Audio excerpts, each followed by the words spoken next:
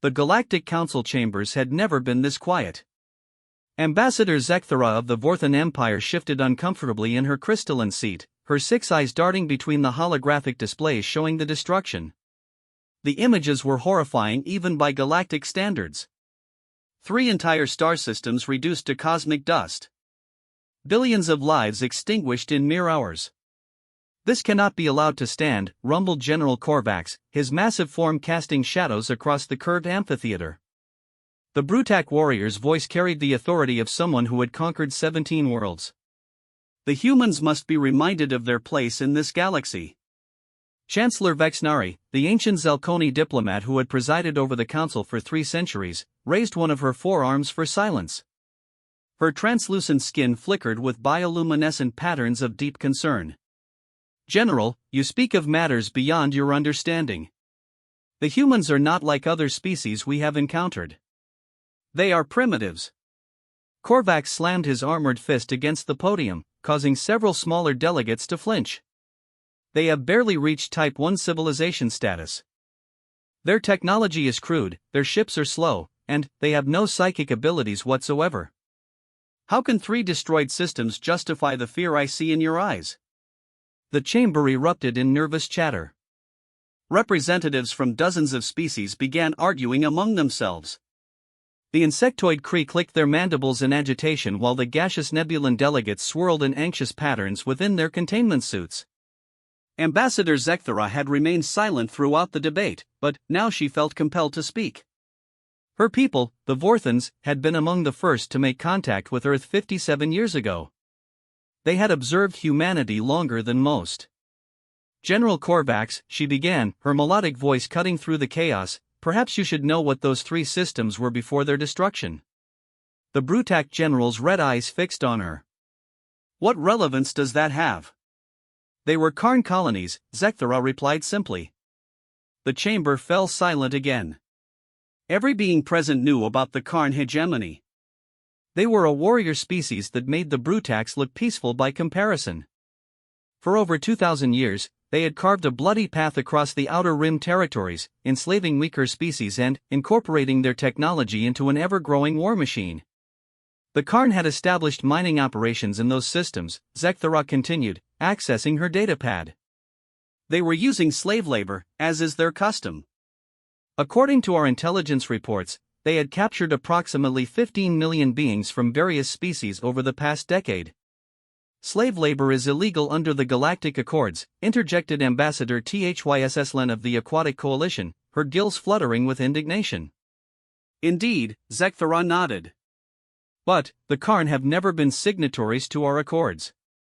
They consider themselves above galactic law. That is, they did until 3 days ago. She activated the holographic display in the center of the chamber. The image showed a single human vessel, sleek and angular, unlike the bulky designs favored by most species. It was dwarfed by the massive Karn battle stations surrounding it. This is the UES Retribution, a human-heavy cruiser. It arrived at the first Karn system with a simple message: release all slaves and withdraw from occupied territories. You have 6 hours to comply. General Korvax snorted. 1 ship against an entire battle fleet? The humans have developed an impressive capacity for self-delusion. The Karn thought similarly, Zekthara replied. High Commander Grathzon himself responded to the human demand. His exact words, according to our surveillance drones, were, pathetic meat creatures think they can threaten the mighty Karn? We shall add your ship to our collection and your crew to our slave pens. The hologram shifted to show the Karn response. Hundreds of ships emerged from orbital platforms, their dark hulls bristling with weapons that had terrorized the galaxy for millennia. They surrounded the lone human vessel like predators circling wounded prey. What happened next defies conventional understanding of space warfare, Zekthara said quietly. The human ship began to emit a signal on all frequencies. It was not a communication or a weapon discharge. Our scientists are still trying to analyze it. The display zoomed in on the human cruiser. Suddenly, its hull began to shift and change, revealing internal structures that seemed to bend the very laws of physics. Sections of the ship folded outward like geometric flowers blooming in space. The humans call it an unfolding, Zekthara explained. In 37 seconds, the Retribution transformed from a single cruiser into a construct measuring over 200 kilometers in length. Every Karn ship in the system was destroyed within the following minute. Chancellor Vexnari's bioluminescent patterns had shifted to deep purple, a color few had ever seen her display. Tell them about the second system, Ambassador. Zekthara nodded grimly. High Admiral Vexkoroth of the Karn Second Fleet received word of the first system's destruction. Rather than withdraw, he gathered every available ship under his command and waited at the second mining colony. 3,000 vessels, Ambassador. The largest concentration of Karn military power ever assembled. The hologram changed to show a different star system, this one heavily fortified with orbital defense platforms and asteroid-mounted weapons. Ships of various sizes filled the space around a ringed planet where slave labor camps were clearly visible on the surface. The human response was different this time, Zekthara continued. No single ship arrived. Instead, reality itself seemed to tear. The image showed what could only be described as a wound in space, a jagged opening that bled darkness into the star system. From this impossible aperture emerged vessels that shared no common design philosophy with any known technology. They moved like living things, their surfaces rippling and shifting as they navigated three-dimensional space in ways that violated several fundamental laws of physics. The Karn opened fire immediately, Zekthara said. Their combined firepower could have sterilized a dozen worlds. The energy discharge was detected by monitoring stations 3 star systems away. General Korvax leaned forward despite himself. And the human ships absorbed every shot. Not deflected, not blocked, absorbed. Our analysis suggests they were somehow converting the destructive energy into fuel for their own systems. The hologram showed the impossible sight of human vessels growing larger and more complex as the Karn bombardment continued. What had emerged as a small fleet transformed into massive constructs that dwarfed even the largest Karn dreadnoughts. The battle lasted 18 minutes, Zekthara reported. When it ended, there was nothing left of the Karn fleet but debris and radiation. The human ships then did something unprecedented, they began rescuing the slaves on the planet's surface. Transport after transport emerged from the human vessels, evacuating every enslaved being before the humans departed.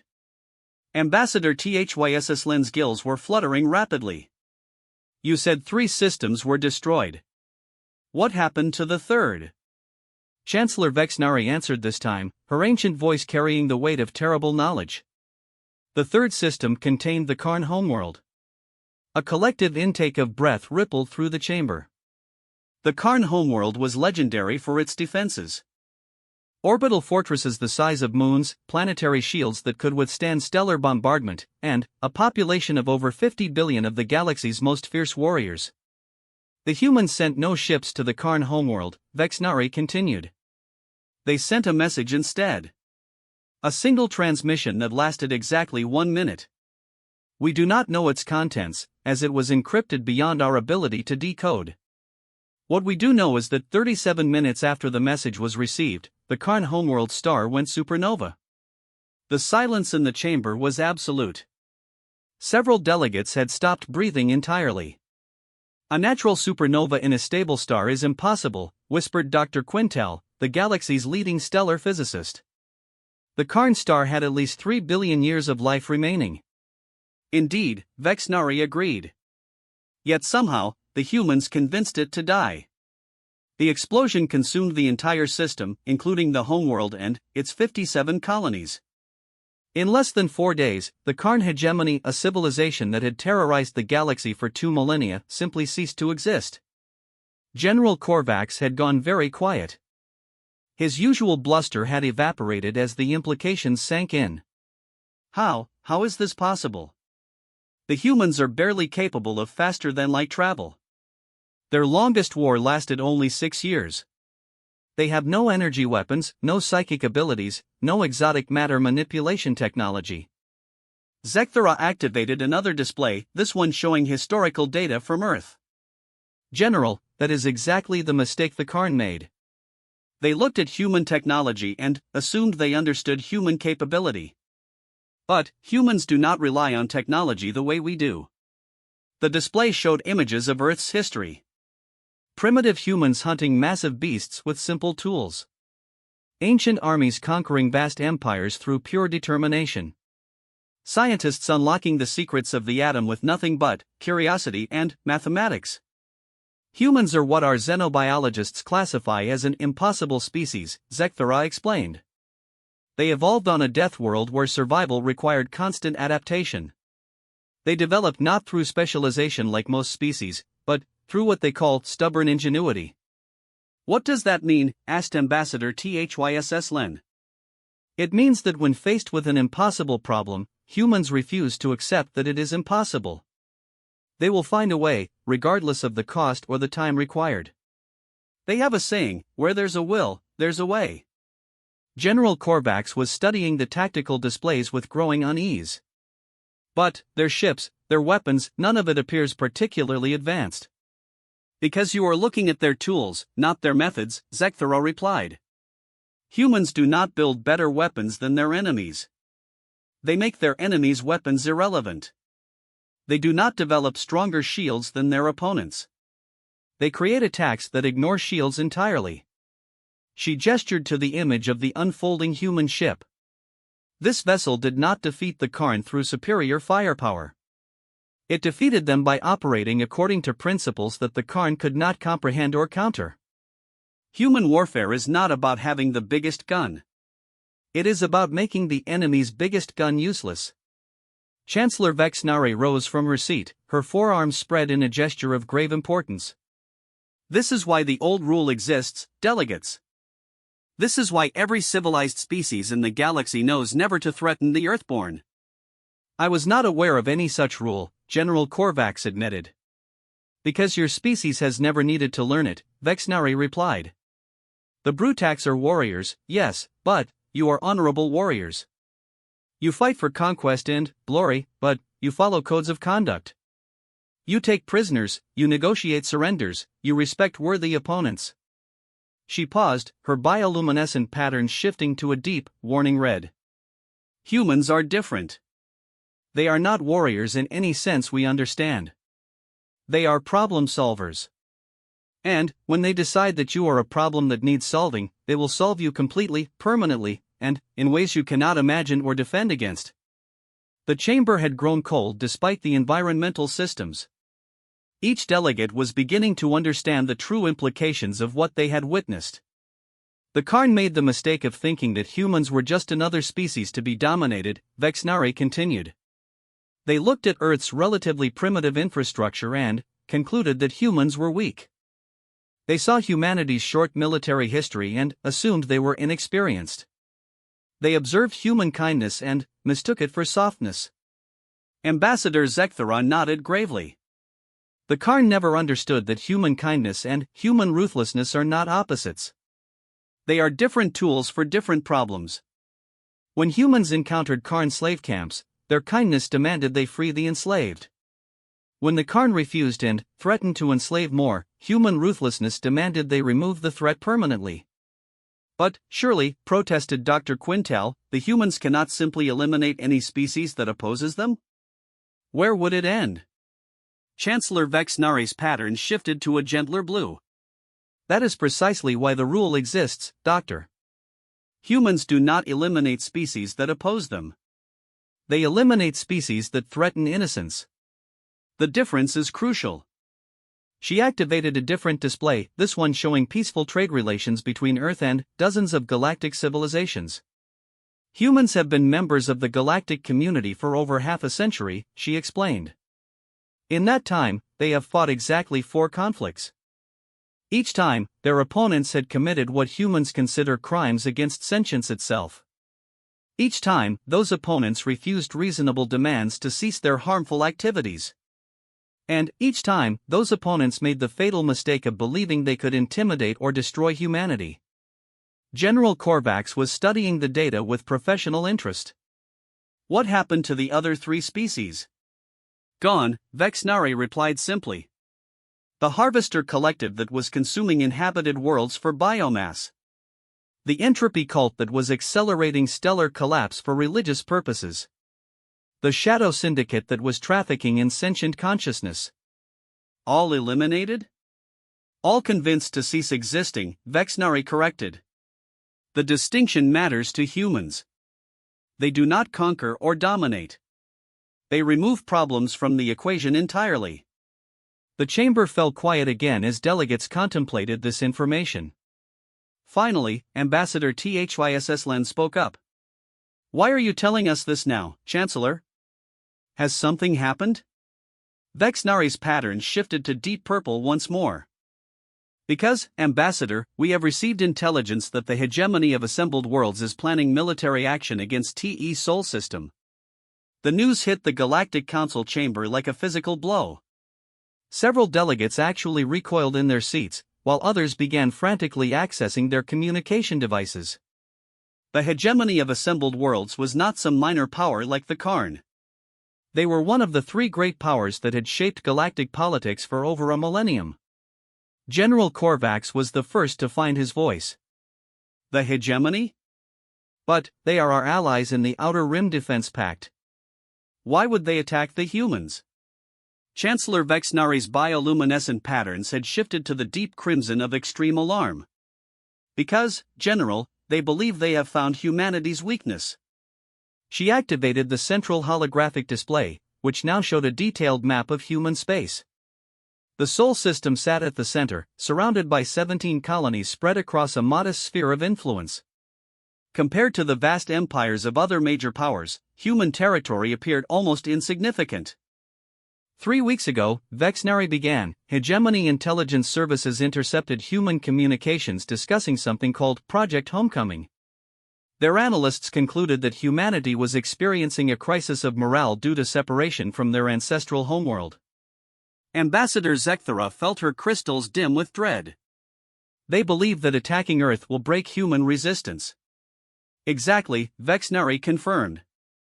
Hegemony strategists have identified what they consider a fundamental flaw in human psychology. Unlike most spacefaring species, humans retain powerful emotional attachments to their planet of origin. They have determined that capturing or destroying Earth will force humanity into submission. Dr. Quintal's antennae were twitching with agitation. But, surely the hegemony leadership has studied what happened to the Karn. They have, Vexnari replied grimly. And, they have reached precisely the wrong conclusion. The hologram shifted to show intelligence reports marked with hegemony seals. Dense analytical text scrolled past in multiple languages, but, the key points were highlighted for the Council's benefit. According to these documents, Vexnari explained, hegemony analysts believe the Karn were defeated because they underestimated human technology. They think the humans possess some form of advanced weaponry that was carefully concealed until revealed during the conflict. General Korvax leaned forward, studying the analysis. That seems reasonable. The transformation of the human cruiser, the reality-tearing vessels, surely those represent technological advancement. The hegemony believes so, Vexnari agreed. They have spent the last 6 months developing what they call countermeasures. New shield harmonics designed to resist energy absorption. Quantum anchors to prevent spatial manipulation. Psionic dampeners to disrupt exotic physics. Ambassador THYSSLen's gills fluttered nervously. Will these countermeasures be effective? Zekthara answered before Vexnari could speak. No. Because they are preparing to fight the wrong enemy. She rose from her seat and moved to the holographic controls. With your permission, Chancellor, I would like to share what my people learned during our extended observation of humanity. Vexnari nodded, and Zekthara activated a new display. This one showed Earth as it appeared 57 years ago when first contact was established. A blue-green world teeming with life, its surface marked by the geometric patterns of cities and agricultural areas. When we first encountered humanity, Zekthara began, we made the same assumptions the hegemony is making now. We studied their technology, analyzed their military capabilities, assessed their industrial capacity. By every metric we understood, they were centuries behind the galactic average. The display zoomed in to show individual humans going about their daily lives. The images were clearly taken by concealed surveillance devices, showing markets, schools, factories, and laboratories. But my predecessor as ambassador was a scholar as well as a diplomat. She became fascinated not with what humans could build, but with how they thought. She spent years studying their psychology, their philosophy, their approach to problem solving. The hologram changed to show historical Earth conflicts. Ancient battles fought with primitive weapons, but also displays of tactical brilliance and strategic innovation that had shaped the course of human development. What she discovered disturbed her greatly, Zekthara continued. Humans do not approach conflict the way any other known species does. Most galactic civilizations develop along predictable paths. Biological advantages lead to technological specialization, which leads to standardized military doctrine. She gestured to display windows showing various alien species and their typical approaches to warfare. The Brutax with their overwhelming physical prowess and honor-based combat. The ethereal Zelkoni with their psychic coordination and defensive strategies. The aquatic THYSS Len with their fluid tactics and environmental manipulation. Humans followed none of these patterns, Zekthara explained. They had no overwhelming biological advantages, so they learned to use tools. When their tools were inadequate, they invented new ones. When their inventions were insufficient, they changed the rules of engagement entirely. General Korvax was studying the historical displays with growing unease.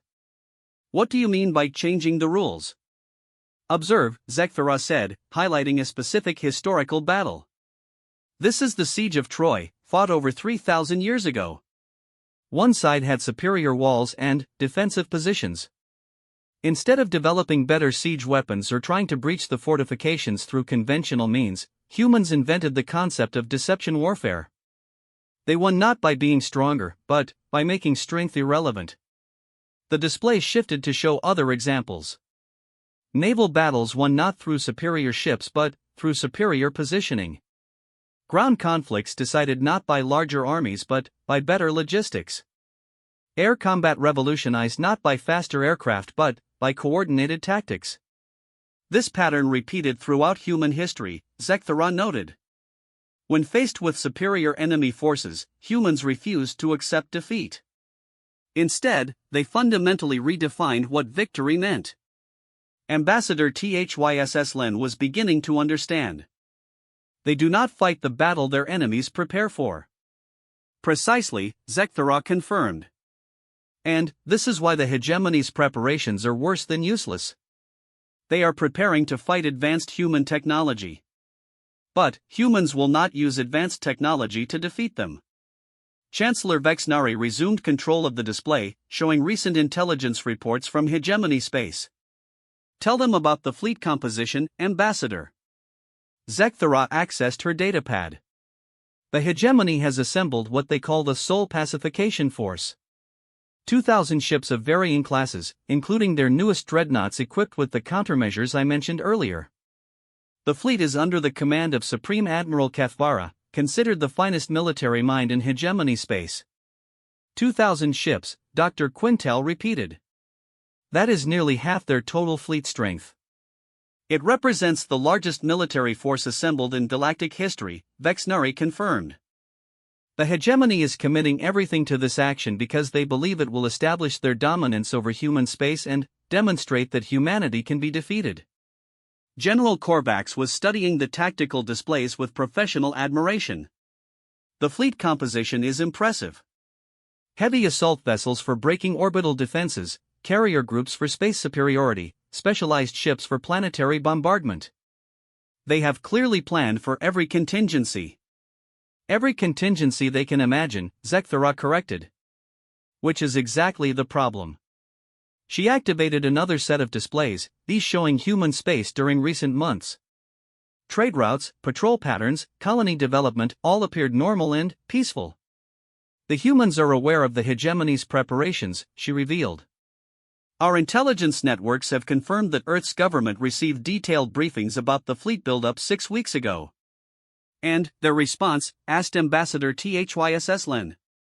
Nothing, Zekthara replied.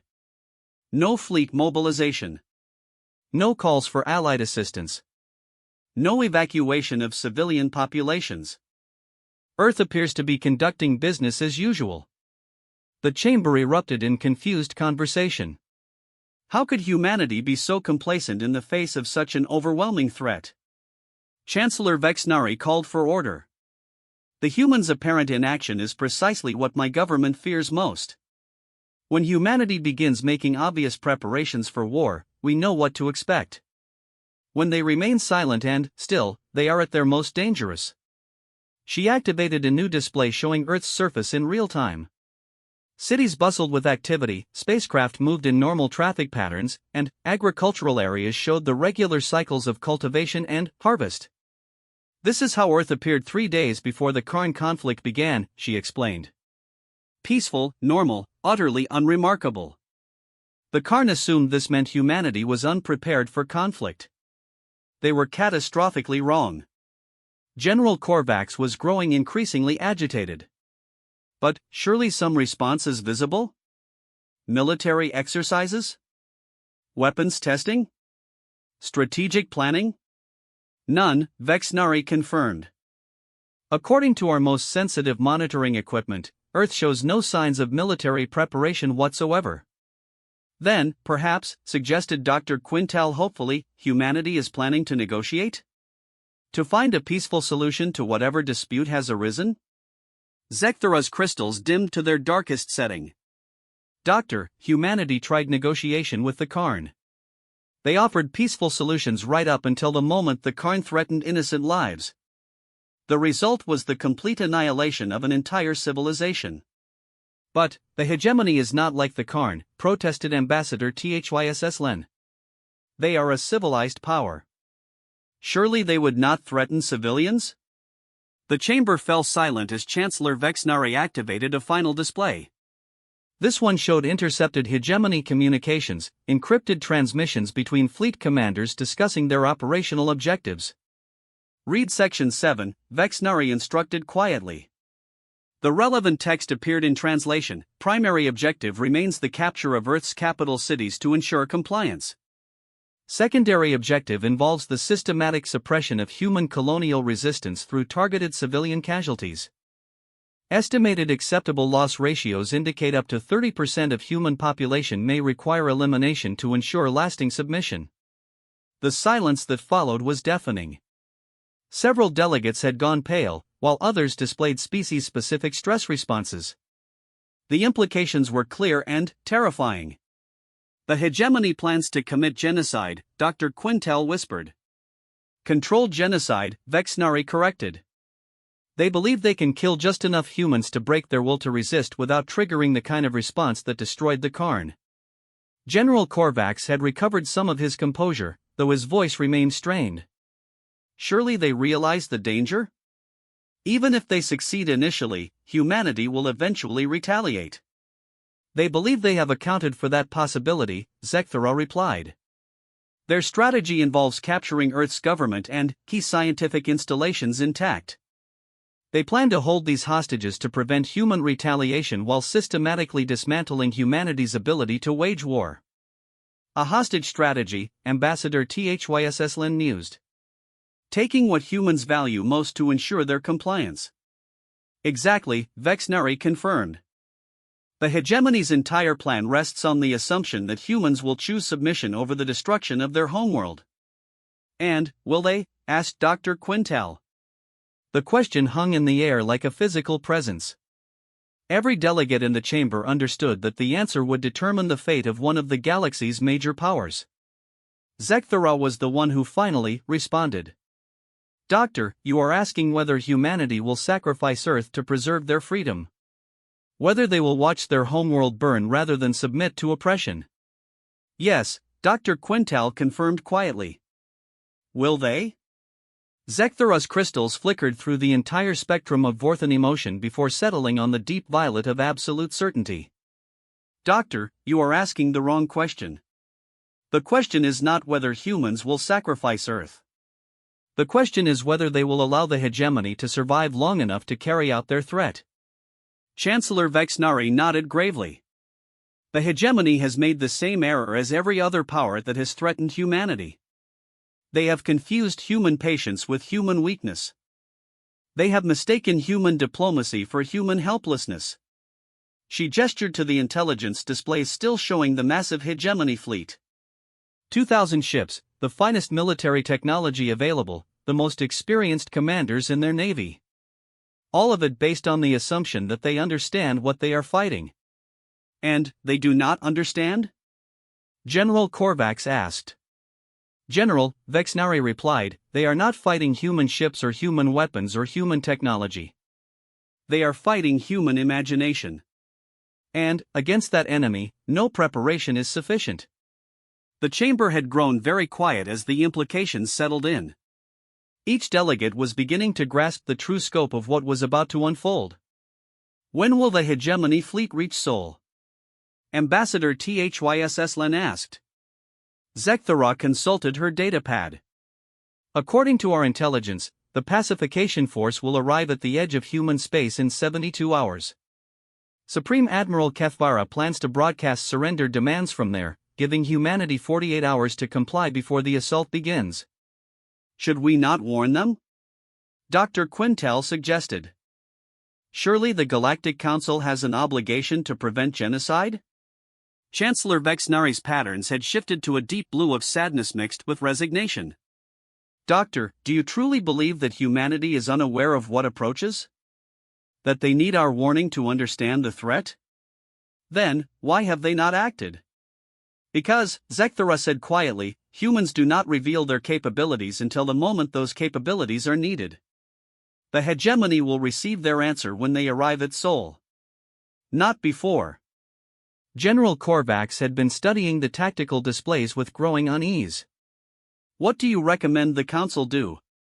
Chancellor Vexnari rose from her seat once more, her forearms spread in a gesture of grave finality. I recommend that we prepare emergency humanitarian aid for hegemony space. When this conflict ends, there will be survivors who need assistance. Survivors from the human colonies? Dr. Quintal asked. No, Doctor, Vexnari replied. Survivors from the hegemony. Supreme Admiral Kethvara stood on the command bridge of the hegemony flagship Eternal Dominion, watching the swirling lights of hyperspace give way to the stark blackness of normal space. Around him, 2,000 of the finest warships ever constructed dropped out of faster-than-light travel in perfect formation. The sight should have filled him with pride and confidence. Instead, he felt only a growing sense of unease. Report, he commanded, his voice carrying across the vast bridge space. All vessels have arrived on schedule, Admiral, replied Fleet Coordinator Jexpan, her multiple eyes focused on holographic displays showing fleet status. We are positioned at the edge of human space, exactly 12 light hours from the Sol system. No signs of enemy activity detected. Kethvara nodded, though his unease persisted. In 40 years of military service, he had never approached a target without encountering some form of defensive response. Patrol ships, long-range sensors, automated warning beacons, something always announced an empire's presence and readiness to defend its territory. Here, at the border of human space, there was nothing. The void stretched endlessly in all directions, unmarked by any visible signs of civilization or military preparation. It was as if humanity had simply ignored the approach of the largest invasion fleet in galactic history. Begin long-range scans of the Sol system, Kethvara ordered. I want detailed intelligence on their fleet positions, orbital defenses, and planetary shields before we proceed. Senior Intelligence Officer Vactor manipulated his controls, directing the fleet's advanced sensor arrays toward humanity's home system. The results appeared on the bridge's central display within minutes, and they only deepened Kethvara's confusion. Admiral, Vactor reported, his voice uncertain, the Sol system appears to be normal. Define normal, Kethvara replied sharply. Standard civilian traffic patterns, sir. Regular cargo transports, passenger liners, local system patrol craft. No battle groups, no defensive formations, no signs of military mobilization. Kethvara studied the sensor readings himself. Earth hung in space like a blue jewel, surrounded by the mundane activities of a peaceful civilization. Orbital stations conducted routine business. Spacecraft followed predictable commercial routes. Agricultural worlds in the outer system showed normal production cycles. What about their fleet? He asked. Intelligence reported that humanity maintains approximately 300 combat vessels. Where are they? Unknown, sir, Vactor admitted. Our sensors can account for perhaps 50 ships total, mostly small patrol craft and system defense monitors. Nothing that would pose a significant threat to our force. Fleet Coordinator Jexpan looked up from her displays. Admiral, should we interpret this as evidence that humanity plans to surrender without resistance? The suggestion should have pleased Kefvara. A bloodless victory would accomplish their objectives while minimizing casualties and resource expenditure. Instead, it made his unease grow stronger. Commence the surrender broadcast, he ordered. All channels, maximum power. I want every human receiver in the system to get our message. The communications array activated, sending a carefully crafted demand across the vast distances of interstellar space. The message was simple and direct: humanity had 48 hours to surrender unconditionally, transfer control of their government to hegemony administration, and submit to immediate occupation of all their worlds. Message transmitted, Admiral, reported Communications Officer Thylan. Estimated time for reply, 24 hours assuming they respond immediately. Kefvara nodded and turned his attention to fleet preparations.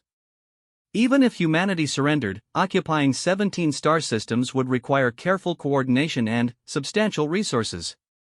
He began issuing orders for preliminary occupation forces when Vactor's voice interrupted him. Admiral, we are receiving a response from the Sol system. Already? Kefvara was surprised. It has only been 18 hours. Yes, sir.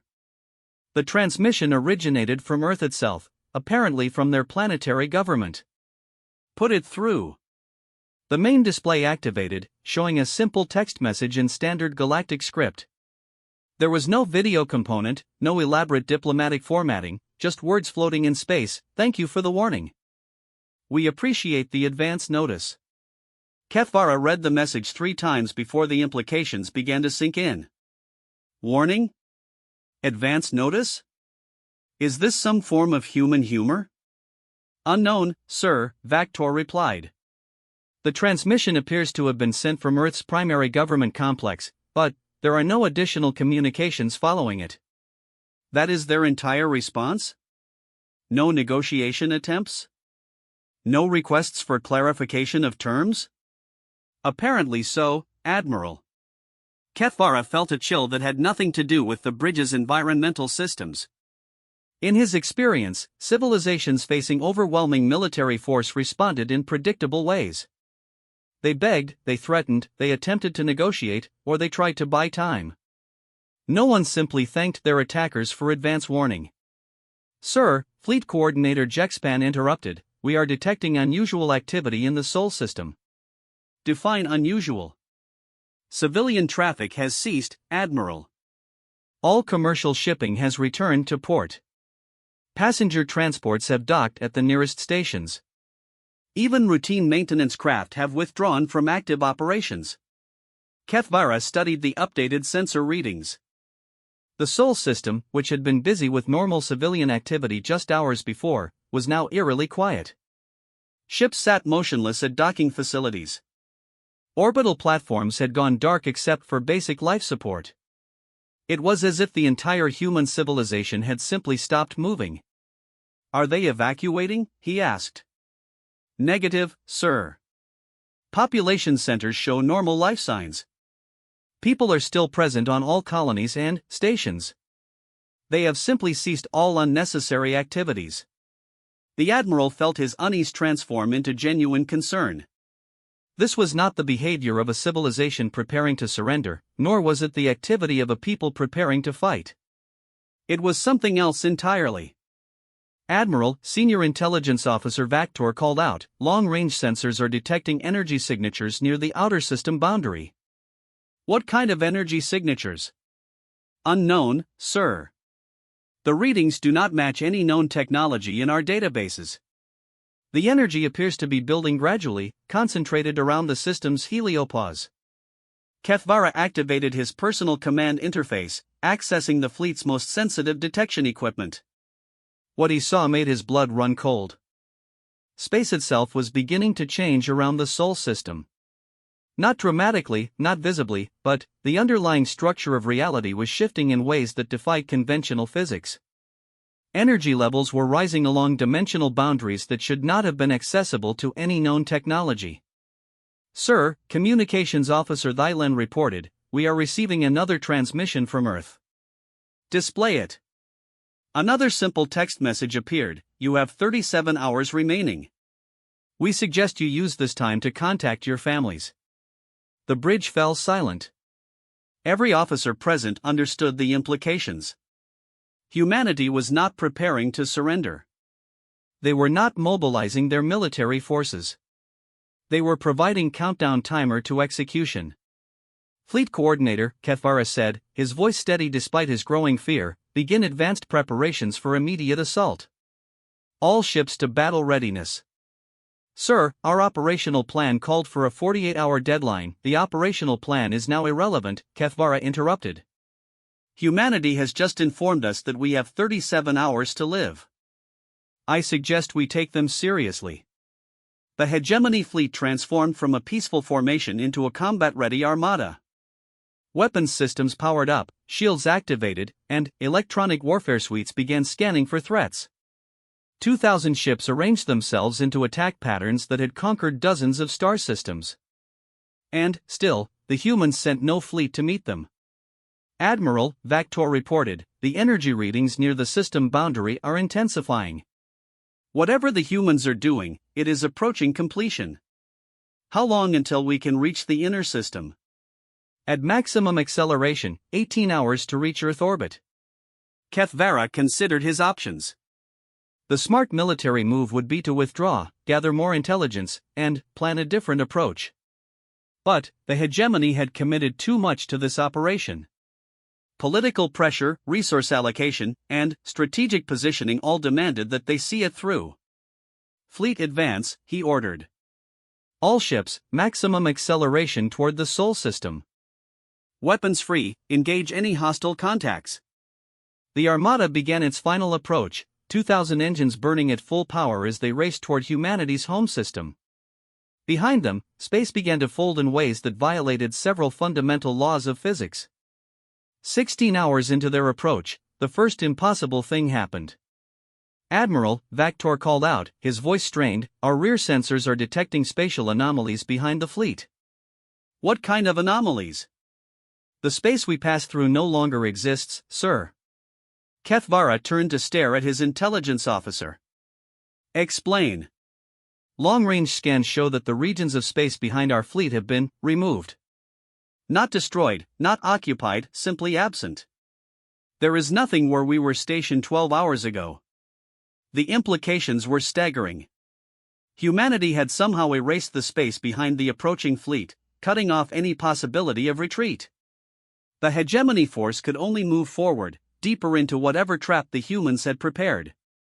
"Sir," Communications Officer Thylen reported, receiving another transmission from Earth. "Display it." 19 hours remaining. The boundary has been sealed. Welcome to human space. Admiral Kethvara felt the last of his confidence evaporate. Humanity was not defending against their attack. They were facilitating it. They had allowed, perhaps even encouraged, the hegemony fleet to enter a region of space where human rules applied instead of natural laws. "Fleet Coordinator," he said quietly, "send a message to Hegemony Command. Inform them that the Sol operation has encountered unexpected complications." "What should I tell them, sir?" Kethvara looked at the tactical displays showing his massive fleet racing toward Earth with no possibility of retreat. "Tell them that we have learned why everyone knows the rule about never threatening the Earthborn." "And what should I say about our status?" The Admiral considered the question. Around them, space continued to change in ways that made conventional military strategy meaningless. Behind them, reality itself had been edited to remove their escape route. Ahead of them, a deceptively peaceful blue world waited with preparations that defied understanding. "Tell them," Kethvara said finally, "that the rule exists for a reason. 8 hours later, as the hegemony fleet entered the outer boundaries of the Sol system, the second impossible thing happened. The stars went out. Not all at once, and not completely. But, one by one, the distant points of light that had guided navigation for millions of years simply vanished from sensors and observation. The universe beyond Sol began to disappear, leaving the hegemony fleet alone in a pocket of space with only Earth's sun for illumination. Admiral, Fleet Coordinator Jexpan reported, her voice barely above a whisper, "We have lost contact with Hegemony Command. All external communications are being blocked." "By what?" "Unknown, sir. We appear to be completely isolated." Senior Intelligence Officer Vactor added his own disturbing report. "Sir, our quantum communication arrays indicate that we may no longer be in the same universe we started in." "Explain." "The background radiation patterns have changed. Fundamental constants appear to have shifted. The laws of physics governing this region of space are different." Kefvara absorbed this information with the growing realization that his fleet had not invaded human space. They had been invited into a custom-built universe where humanity held absolute control over the basic rules of existence. "Sir," Communications Officer Thylen announced, receiving a new transmission from Earth. "Display it." 4 hours remaining. You are now experiencing human space. Everything you think you know about warfare no longer applies. The Admiral looked around his bridge at officers whose training and experience had suddenly become worthless. They were military professionals who understood conventional conflict, but they were now operating in an environment where humans had rewritten the fundamental nature of reality itself. "Admiral," Vactor said urgently, "sensors are detecting massive structural changes around Earth." The tactical display showed Earth transforming before their eyes. The planet's surface began shifting and flowing like liquid, revealing underlying structures that spanned continents. Orbital installations unfolded into geometric patterns that hurt to look at directly. The moon split apart to reveal that it had been a constructed shell around something far more complex. "What are we looking at?" Fleet Coordinator Jexpan asked. "We are looking at what humans really are when they stop pretending to be a normal civilization," Kefvara replied. The transformation continued for 3 hours. When it ended, the Sol system contained nothing that resembled the peaceful human civilization the hegemony had expected to conquer. Instead, they faced constructs that operated according to principles beyond their understanding, powered by forces they could not measure, and defended by weapons that existed in more dimensions than their sensors could detect. "Admiral," Communications Officer Thylen announced, "final transmission from Earth." "Display it." Time expired. The demonstration begins now.